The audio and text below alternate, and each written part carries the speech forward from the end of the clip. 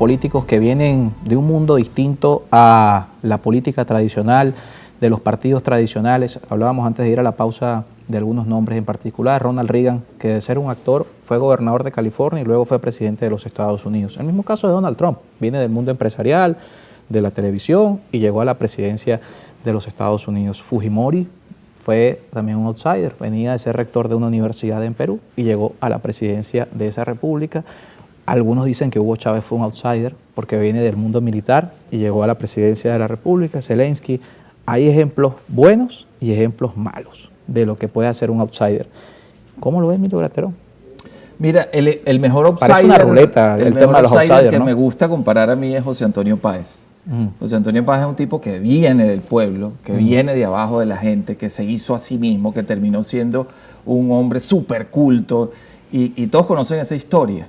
Y cuando yo conozco a Benjamín Rauseo desde hace muchos años como amigos, y él es así, él es un tipo del pueblo, de la gente. Y tú cuando vas para la calle, cuando caminas con él, hemos ido a barrios peligrosísimos y la gente se le acerca, lo abraza, lo besa. Ningún político de este país, de ninguna marca o color, puede hacer eso. Y ahí está la gran diferencia, la aproximación, la conexión emocional que genera una persona como esa. Es lo que necesita este país, porque este país lo que necesita es esperanza y posibilidad de unirse, de reencontrarse. Este país está cansado del discurso destructor, este país está cansado del discurso de tú eres malo, yo soy bueno, tú eres de los malos, yo soy de los buenos. Este país necesita precisamente un liderazgo sanador, un liderazgo unificador, y eso es lo que una persona que viene del pueblo, que se ha hecho a sí mismo, que ha tenido éxito empresarial, que ha tenido éxito profesional, que ha tenido éxito personal y que ahora quiere acompañar a todo ese pueblo a tener éxito como país. Y eso es, al final de cuentas, lo aspiracional de todos los venezolanos. Toda la gente de este país quiere vivir mejor. Y él, en su experiencia de vida, ha demostrado que se puede hacer. Y además, encarna, de alguna forma, la historia de crecimiento personal de la mayoría de los venezolanos. Y siente lo mismo que sentimos todos los venezolanos de que algo tiene que cambiar. Y si esa realidad no existiera, él no existiera. Hubiese un liderazgo formal, compitiendo de manera formal. No se estuviesen buscando terceras vías. Claro. ¿Pero quién encarna eso? ¿El Conde o Benjamín Rauseo? Porque hay una diferencia importante. Tal vez, como mencionamos, la gente sepa quién es el Conde del Guácharo, pero no todo el mundo sepa quién es Benjamín Rauseo. Mira, yo personalmente creo que esa distinción es un error, porque es la misma persona, es el mismo tipo. La única diferencia es que cuando entra en el personaje del humorista, hace un papel de humorista. Pero cuando tú hablas con él de manera distendida, ves a un tipo culto, echado para adelante, con una experiencia de vida enorme, un sobreviviente. ¿Y qué venezolano no es así? ¿Qué venezolano no ha tenido que pasar por eso? Entonces, es la gran conexión emocional que él construye. Yo creo que en este momento no la construye nadie. Y esa es la gran fortaleza que tenemos que aprovechar. Y la otra cosa que él logra, que no logra nadie, es unir a pensamientos políticos diferentes, a gente que aquí hemos visto hasta Juan Barreto apoyando a Benjamín Rauseo, que viene del chavismo. Bueno, es muestra de esas amplitudes de unión, ¿no? Y le han dado con todo por eso. Y la misma oposición ha nombrado jefe de campaña Juan Barreto del comando de campaña de Rauseo cuando no es así. Pero y te digo que cuesta tragarse una cosa así, pero eso es lo que tiene que venir para el país. Una reconciliación, un reencuentro, un reconocimiento. Un reconocimiento de que somos diferentes, podemos ser diferentes y somos capaces de convivir. Si tú lo que haces es sentar a ese señor y decirle, apenas llegue al poder, te meto preso, ¿qué va a hacer ese señor? Impedir que llegues al poder. ¿Y qué va a hacer eso? Garantizar que no haya cambio. ¿Y qué va a hacer eso? Al no haber cambio, vamos a seguir fregados como estamos. Y eso es lo que queremos como venezolanos, no lo queremos. Y precisamente por eso estamos apoyando esa reflexión. Pero tampoco se trata de impunidad, ¿no? No, señor, es que cada cosa... ¿Qué pasa con esos temas? Es que el Estado funcione como tiene que funcionar. Si tú tienes un candidato presidencial que dice, y ya varios lo han dicho, y varias lo han dicho. Cuando lleguemos a esa gente lo que le toca es cárcel. No está haciendo nada diferente que un dictador autoritario que desde el púlpito de la presidencia dice quién es culpable y quién no. Quién es culpable y quién no es el sistema de justicia imparcial. Y lo que tenemos que hacer es construir un sistema de justicia imparcial que imparta justicia sin distinción. Y lo que tenemos que promover es que ese sistema de justicia se construya y desde ahí se imparta justicia. Mientras desde un púlpito, creyendo que nosotros somos los buenos y ellos son los malos, vayamos diciendo quién es el malo, quién es el bueno y quién se merece cárcel o no, ¿en qué nos diferenciamos? ¿En qué somos diferentes? ¿En qué construimos? Somos exactamente lo mismo y yo no quiero ser lo mismo que destruyó este país.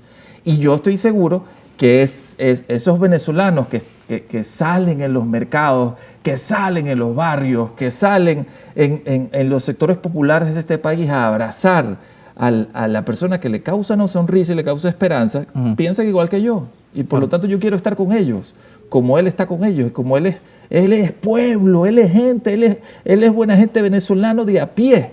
Y eso es lo que es absolutamente distinto de todos los demás. Bueno, dijera aquí en Ochoa Antich, así dijeron muchos de Chávez. Bueno, pero es que el problema estuvo ahí en que se convirtió en otra gente de lo que él vendió. Se convirtió en una enorme decepción. Y eso es discutible.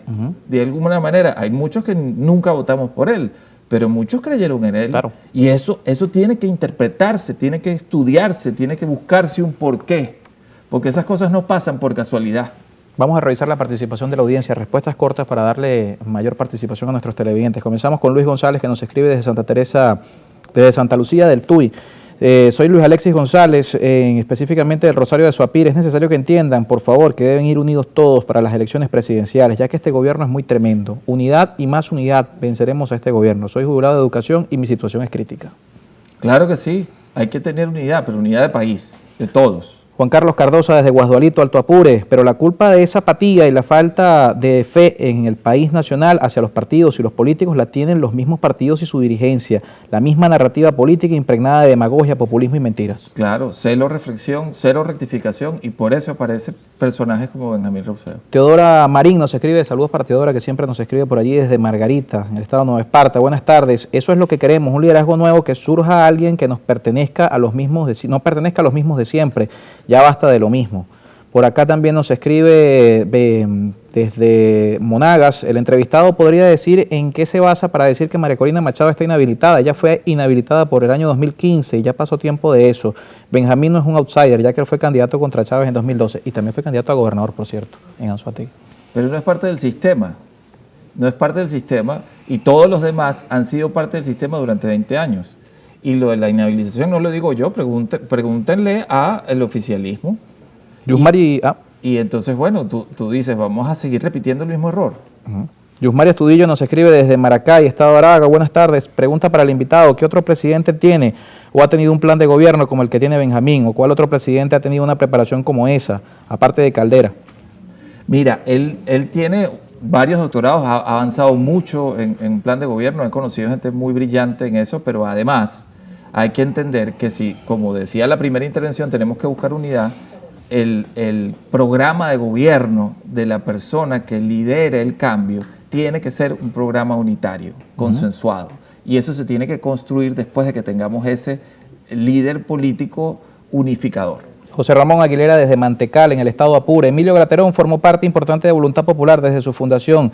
¿Qué tanta responsabilidad cree que tiene usted y la mencionada organización en no poder lograr tan anhelado cambio político? No hay nadie más fiel a la rectificación quien se ha conocido en el error.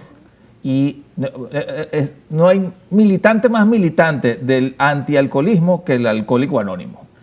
Prácticamente es exactamente eso. Marlene Gámez desde el estado Zulia, totalmente de acuerdo con el invitado, pero ¿cuándo saldrá Benjamín a presentar su proyecto de gobierno? Porque es algo que se tiene que empezar a presentar al pueblo.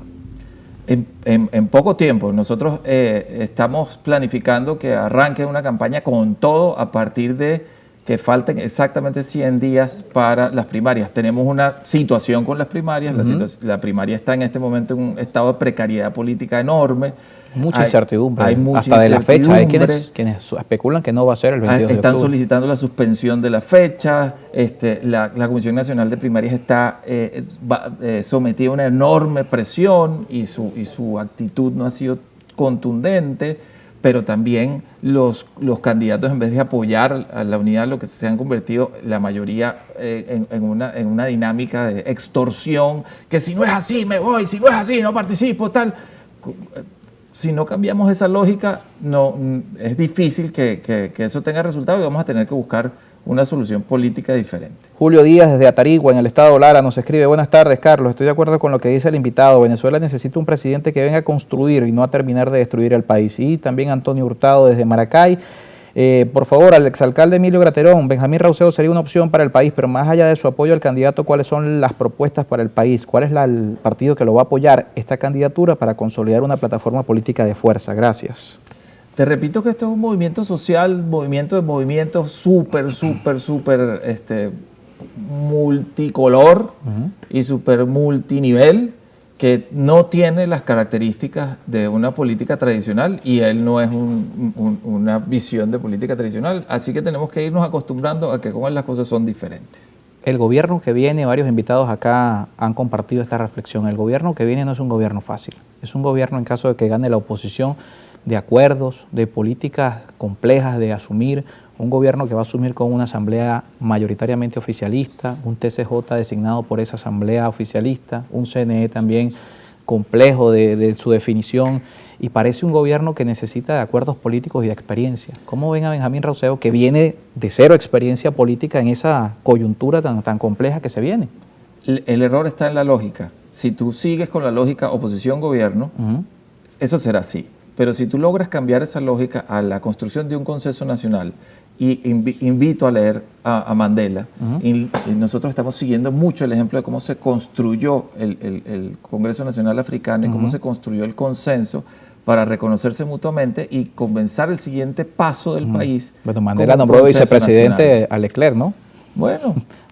¿Te nombrarían al vicepresidente alguien del chavismo? Podríamos tener otro programa de una larga reflexión de cómo se construye un consenso nacional para comenzar a unir un país que lleva 20 años roto. Y eso parte de una reflexión que es: ¿cuál es el objetivo? El objetivo no es que ganes tú o que gane yo, el objetivo es reconstruir al país.